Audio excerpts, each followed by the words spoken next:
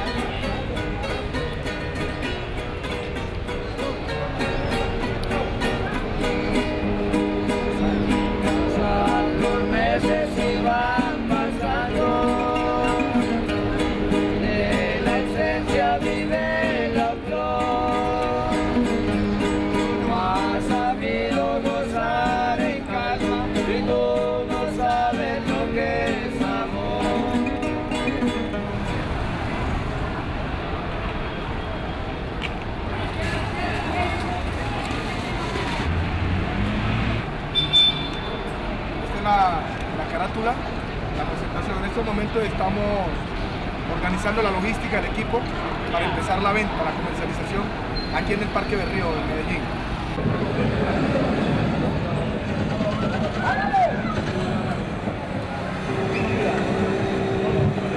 ¡Tienen que pagar estos hijos de putas!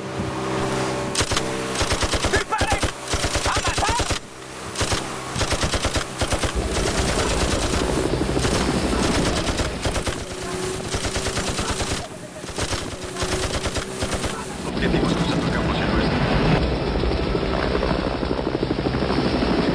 La historia de una familia campesina, una familia humilde, tiene mucha tierra, pero equivocadamente, como se sienten pobres, se van detrás del dinero fácil, comillas. Y en Colombia, en Latinoamérica y en muchos lugares del mundo, se cree, se estima que el dinero fácil es el dinero del narcotráfico. ¿Eso qué le parece? Uy, esto sí es mucho regalazo, hermano. ¿De dónde proviene el patrón? Exclusivamente de Rusia, de los rusos. No es una historia de la vida real. Esto no vamos a decir que le ocurrió a X familia, pero es un prototipo, es un prototipo. Entonces, ¿qué pasa? Esa familia, en busca de esa riqueza, de ese dinero fácil, se meten al narcotráfico, se vuelven sembradores, cultivadores de cocaína, hacen el paso, ya no solo la cultivan, sino que la procesan, montan sus pequeños laboratorios, un poco rudimentarios, pero a final de cuentas laboratorios, sacan base de coca, se convierten en traquetos. Decimos nosotros en un término diminutivo, en traqueticos. Y obviamente que nosotros queremos hacer un aporte a nuestra comunidad, a nuestro país y al mundo que lo ve, para que tomen un poco de conciencia acerca de las grandes consecuencias que trae consigo el ejercicio de esta actividad. Ninguno de los actores que aparecen en la película están en la vida real vinculados al narcotráfico ni a ningún negocio ilícito. Son personas naturales, son actores naturales, están interpretando un libreto. El que trabaja con la liebre. Exactamente. Ese man se me cruzó en un negocio. ¿Cómo?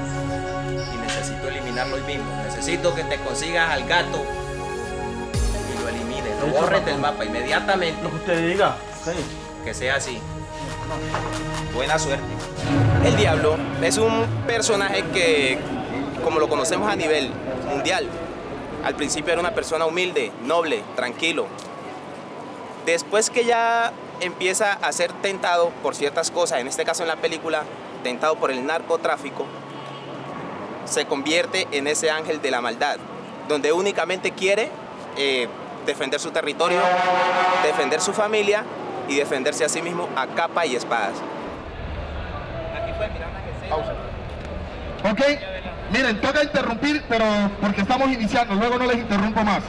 Este señor que ustedes ven en pantalla, de camisa blanca con el vaso de whisky en la mano y con la niña en la pierna, en la película es el enemigo número 1 del diablo.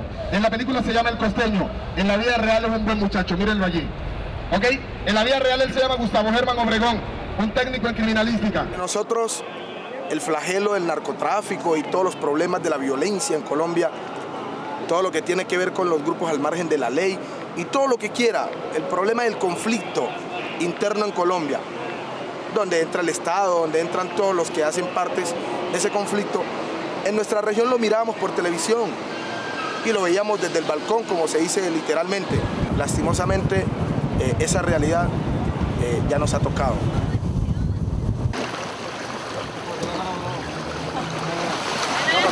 Buenos días. Buenas. ¿Dónde? No grave, que no se puede. Nosotros aquí no conocíamos esta mata. Por ejemplo, yo soy de aquí, nacido y criado aquí en esta zona. Vinieron unas personas del Putumayo, del Llano, unas personas de la colonia de ustedes, que sabían pues que esto daba plata y que bien y todo, entonces los convencieron y les vendimos tierra, los dieron semilla, nosotros no conocíamos ni la semilla y entonces pues entramos a trabajar con ellos, ya que no había más otra actividad. 5 hectáreas por 10.000 matas cada hectárea. Entonces serían 50.000 matas. Tenía plátano, yuca, naranja, hasta coco también tenía y guanábanos, la guayaba, por ahí nomás hay un palo por allá. Y eso pues la fumiga, eso miren las matas como están. Mira. Todas estas matas son acabadas, mejor dicho, aquí no hay nada. Seca la fumiga. Esta mata, vea, dañada totalmente. Entonces te queremos salir de esto. No queremos saber de esta mata, porque esta mata los ha traído muchas consecuencias.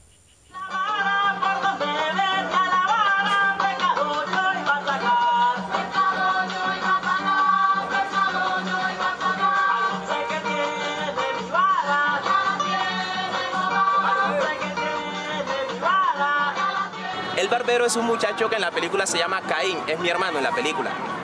En la vida real somos amigos. Él se dedica, en Guapicauca se dedica al oficio de peluquero, de embolador y arreglador de zapatos. Lo que va saliendo de la moda es lo que la gente se empieza a hacer. A cada rato cambian de cortes por acá. A mí me gusta más el corte de que en su tiempo fue estrella Michael Jordan, jugador de baloncesto, que es rapado del todo, porque pues es mucho más sencillo, demora uno mucho menos, pero pues aquí es poco las personas que lo usan.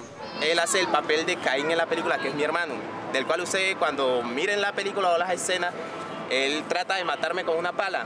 Pero es una escena que eso es una pelea que se ve en cualquier familia, en cualquier lugar del país. Todos los muchachos en la casa tienen problemas y es allí donde surgió esa idea de meter esa escena y de la cual resulta el padre de nosotros muertos. Decime que todo soy yo. Decime que todo soy yo. ¿Qué se haga para allá? No me estás odiando, hombre. Decime que todo soy yo. Decime para que todo soy yo, decime. Te volaba la cabeza, hombre.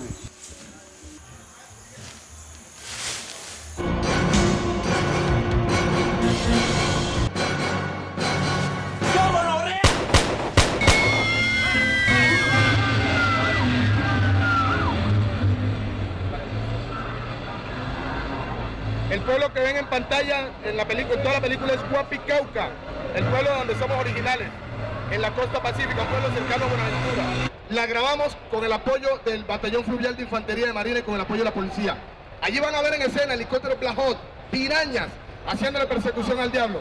Es la primera película en la historia de Colombia, hasta donde tenemos conocimiento, que participan los efectivos. Y es la primera película además que se graba en el Pacífico. Vale 5.000 pesitos. Es un estreno. Hace 50 días la lanzamos en Cali. O sea que es una película totalmente nueva. Sobre este tema hay mucha gente que está incluso todavía trabajando en esas tierras con estos cultivos. Y pues no sé bien a fondo qué explica más la película, pero bueno, mirándola ahí encuentra también muchas realidades de la vida que mucha gente desconoce. Lo que ven aquí son los cortes. La película entera dura 1:18. Yo sé que la madrecita está que me compra una. Dios la bendiga. Hey.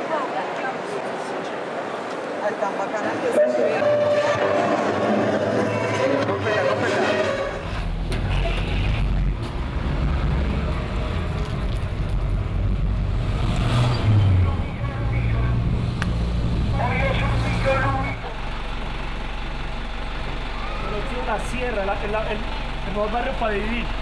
Lo que pasa es que la misma la fama sin ser verdad las cosas.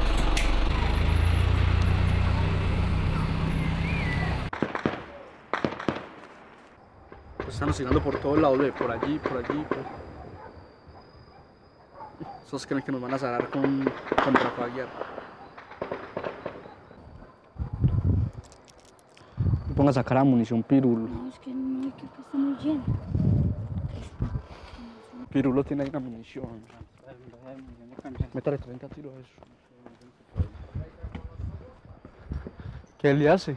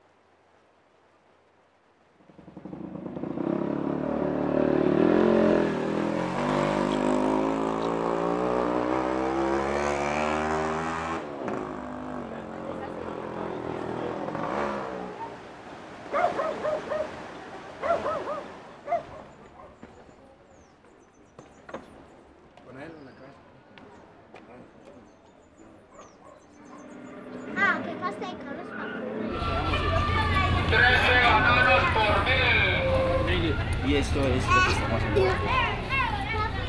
Una pequeña muestrecita. Ah, esto es lo de hoy. Sí, esto es lo de hoy. O sea, el salto que se dio de aquí a aquí. Ajá, pero por las mismas consecuencias, por las mismas vainas, por la misma situación. Entonces, ahí estamos en eso, mirando a ver de pronto cómo seguimos y cómo seguimos tratando de hacer tejido para seguir haciendo música, para seguir en el arte, no seguir pues como...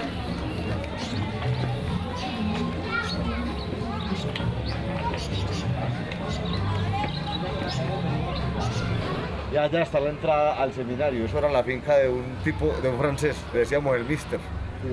Y ya después se lo vendió a esa comunidad religiosa y que hicieron ese búnker. Aquí el tema de la violencia ha sido muy fuerte porque, o sea, los pelados han quedado ahí, la gente los estigmatizaba, las problemáticas económicas, pero han caído muchos pelados de nuestra comunidad. Muchos jóvenes han recurrido a las armas, ¿cierto? Una violencia absurda, que para mí es absurda, y ha sido un tema duro, grueso, el tema de la violencia. O sea, los armados no han cesado de seguirle haciendo daño a este barrio. Había una disputa entre los grupos de milicias, bandas criminales, y entre los grupos de autodefensas que se disputaban territorios, que querían poder, que querían hacerle daño a la sociedad, y en eso han terminado pues. Entonces le vamos a dar la entrada a Norberto.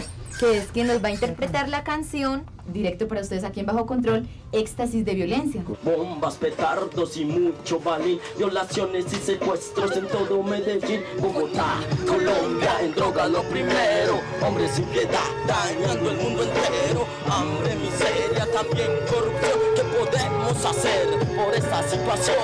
Sangre por aquí, sangre por allá, y en tu propia violencia tú también acabarás. Tú también acabarás, tú también acabarás. Tu mente se destruye, ya te estás consumiendo. Satanás, Satanás, nos estás destruyendo. Niños robando, hombres matando.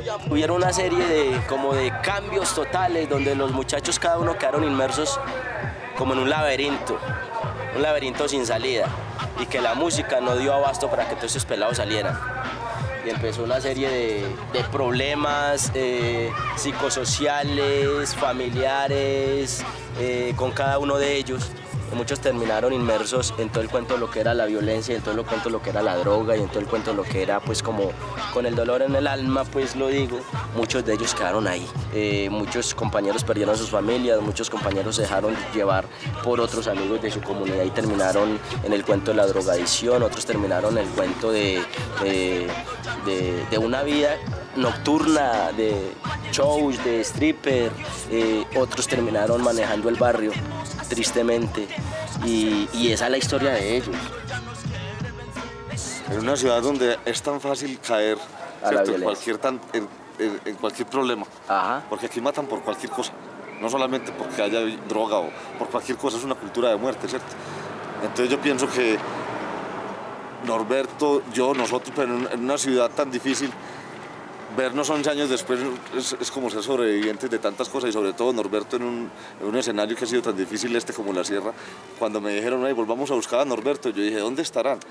Y cuando lo encontré me alegré mucho de saber que estaba manejando la cultura y que seguía, o sea que yo pienso que lo de Norberto demuestra que sí se puede. Nosotros somos sobrevivientes a la guerra, somos sobrevivientes a la violencia, y nosotros aspiramos a seguir ahí, a seguir luchando por construir vidas, por construir nuestras vidas.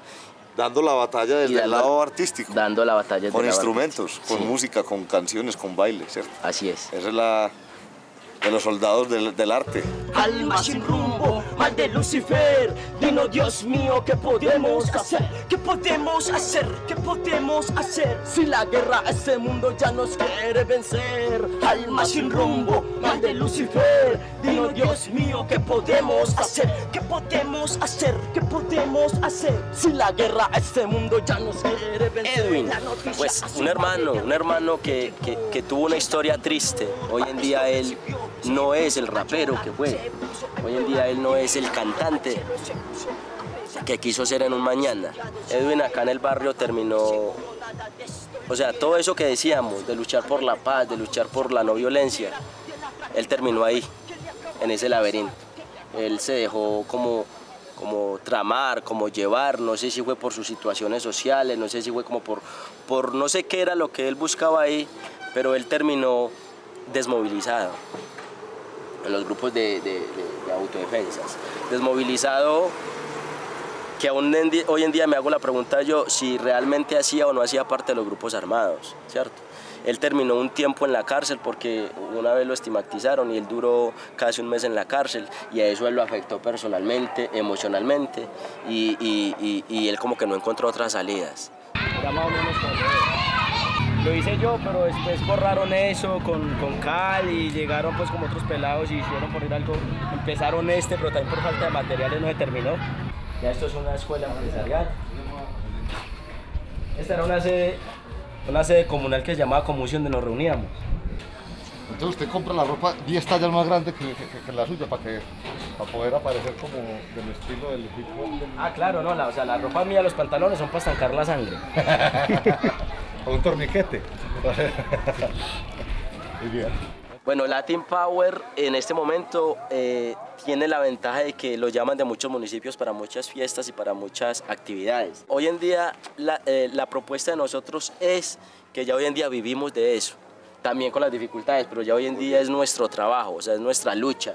Este fin de semana vamos a estar aquí en el Palacio de Exposiciones. El sábado vamos a estar cantando en un evento que se llama ADN el Día del Comité.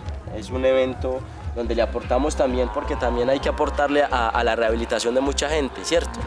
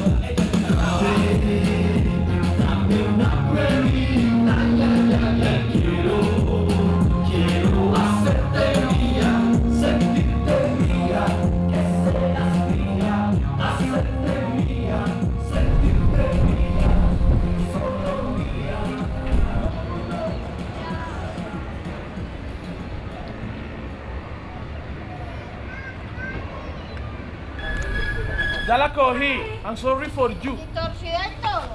Iniciamos en un taller de fotografía en la cual empezamos pues cómo saber, cómo tomar fotos, de qué estilo, un fotógrafo cómo tiene que tomar, qué cosas tiene que hacer para salir una foto buena. En este momento estamos haciendo unas secciones de fotos, estilo libre. Pues estamos tratando de enfocar lo que es un barrio como si me entendés. Estamos buscando lo más bello que tiene. También nos estamos tirando los contrastes, dándole fotos a algo tan simple, porque usted sabe que muchas veces lo simple se ve bacano, se ve muy hermoso. ¿Cuál es la casa que dices que la es? Casa Blanca, allá arriba. Nosotros ir a la carretera. Entonces ahí está la Casa Blanca. La Casa Blanca es una finca, es una casa finca. Solo que ya lleva años así la Casa Blanca y eso del estilo Washington DC. Como nosotros nos decían que no, que para la Casa Blanca ya todo el mundo van para la finca. Cogíamos limones, mandarinas, naranjas, hasta guamas. Nos manteníamos mucho en esa casa.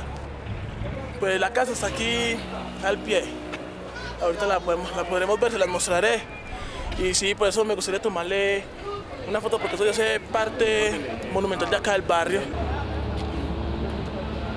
En este momento los jóvenes están participando en un taller de fotografía en el que aprenden todas las técnicas de la fotografía y la idea es que puedan mostrar en el trabajo que están haciendo todo lo que son las prácticas culturales que hay vigentes en las comunidades, que ellos puedan mostrar allí sus modos de comportarse, sus modos de ver el mundo, sus modos de relacionarse. Es un taller que busca visibilizar las potencialidades y las prácticas culturales de la población afrocolombiana que vive en la ciudad de Medellín. Una vez se tomen las fotografías y se haga una selección, esas fotos van a estar incluidas en una muestra fotográfica de ciudad, en un evento grande en el que queremos mostrarle a toda la ciudad de Medellín cómo son las prácticas culturales de la población afro que vive en los barrios 8 de Marzo, Esfuerzos de Paz 1, Esfuerzos de Paz 2, Unión de Cristo y Altos de la Torre, que es donde interviene el proyecto de la exclusión al reconocimiento. Porque llegamos, bien sea por el desplazamiento, por motivos de la violencia o por elección propia.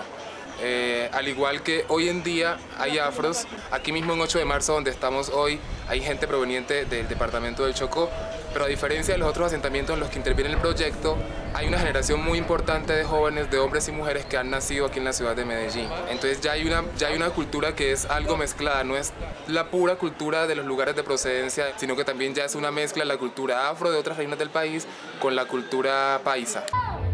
Yo vengo desplazada de Pie de Pato, Chocó. Me desplazaba un grupo armado donde se llevaban unos hermanos míos para el monte. A circunstancia de eso, mataron a mi papá, a un tío mío, hermano de mi papá, y a unos primos. Y entonces desde el 93 me vine para acá, para Medellín. Unos quedaron en Quito, otros se fueron para Urabá, otros quedamos aquí en Medellín.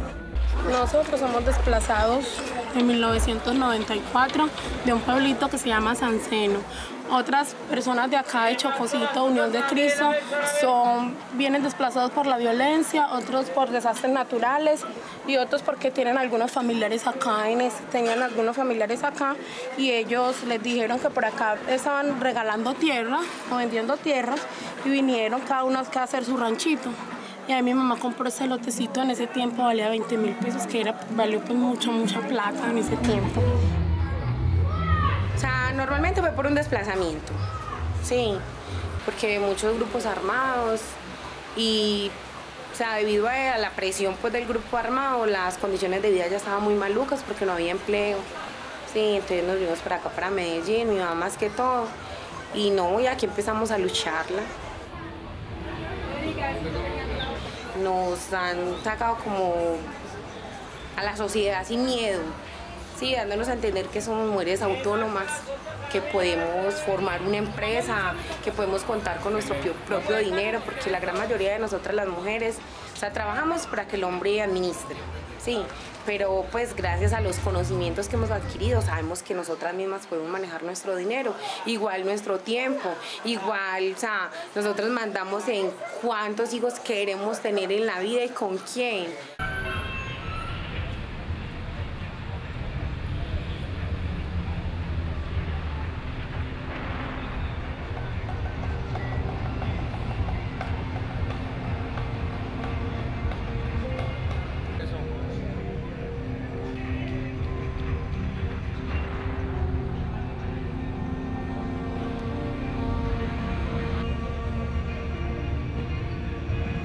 Si uno revisa muy rápidamente la historia de Medellín, entre los años 40 y los años 70 hubo una migración muy importante de gente que venía a buscar trabajo porque Medellín como ciudad industrial fue motor de atracción de población. Pero es muy importante resaltar que entre los años 70, los años 90, los 2000 hubo una migración muy fuerte, fundamentalmente de campesinos que venían corriéndole a la guerra. Esta mixtura de familias en un territorio muy concentrado, muy pendiente, obviamente trajo consigo una situación muy compleja de violencia urbana.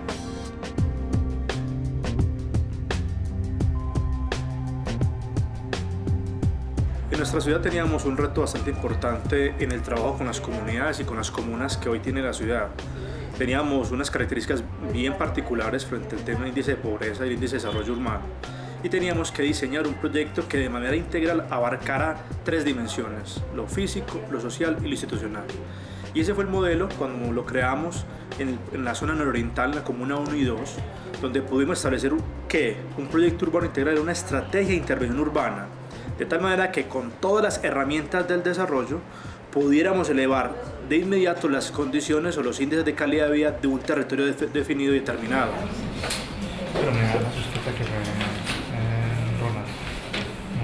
Hoy la experiencia de haber encontrado que este mecanismo es muy hábil para el desarrollo de estos territorios, lo estamos aplicando en otros 3 lugares de la ciudad. Lo estamos aplicando en la Comuna 13, en la zona centro-occidental de la ciudad. Lo estamos aplicando en 2 territorios más, que es la Comuna 8 y 9, o la Quebrada Santa Elena, que históricamente fue una quebrada importante para nuestro desarrollo, y lo estamos también aplicando en la Comuna 5 y 6, en la zona noroccidental de la ciudad. Teniendo en cuenta que los tiempos de ejecución son muy cortos, una alcaldía, un periodo de gobierno son 4 años, y nosotros tenemos que transformar rápidamente un territorio. Territorios que son más o menos de 150.000 a 230.000 habitantes aproximadamente. Siempre le hemos dicho, no hay mejor urbanista local que el que ha vivido y ha convivido y ha estado en su barrio durante 30, 40 años. Es un urbanismo empírico, pero que nos da herramientas fundamentales a nosotros como técnicos de poder transformar ese imaginario en proyectos reales. En este proceso hay que hacer una compra de vivienda importante, muy importante. La intención es no desplazar estas familias. Entonces lo que hacemos son estrategias de reubicación de estas mismas. Y entonces concentramos en algunos territorios unas zonas importantes de expansión urbana donde podamos hacer allí un desarrollo de vivienda. Estamos estimando del orden de 1000 viviendas. Entonces estas familias a las cuales les estaremos comprando sus viviendas, sus mejoras en estos predios, las llevaremos a este lugar, a estos nuevos apartamentos, a estas nuevas viviendas, con la intención de que podamos recuperar los suelos que estaban en retiros de quebrada, convertirlos en grandes parques lineales, pero que las familias que estamos desplazando de este lugar a los nuevos lugares, queden en unas zonas, digamos, céntricas y conectadas a los territorios nuevos. Esto articula entonces en definitiva una serie de proyectos importantes de vivienda, de espacio público, de bibliotecas, de escuelas de música, de zonas deportivas, que lo que buscan fundamentalmente es que la comunidad se cohesione y vuelva entonces un equilibrio entre lo soñado, lo imaginado y lo que obviamente el municipio y esta alcaldía tiene como su expectativa, es poder entregarles calidad de vida a estos ciudadanos en estos territorios.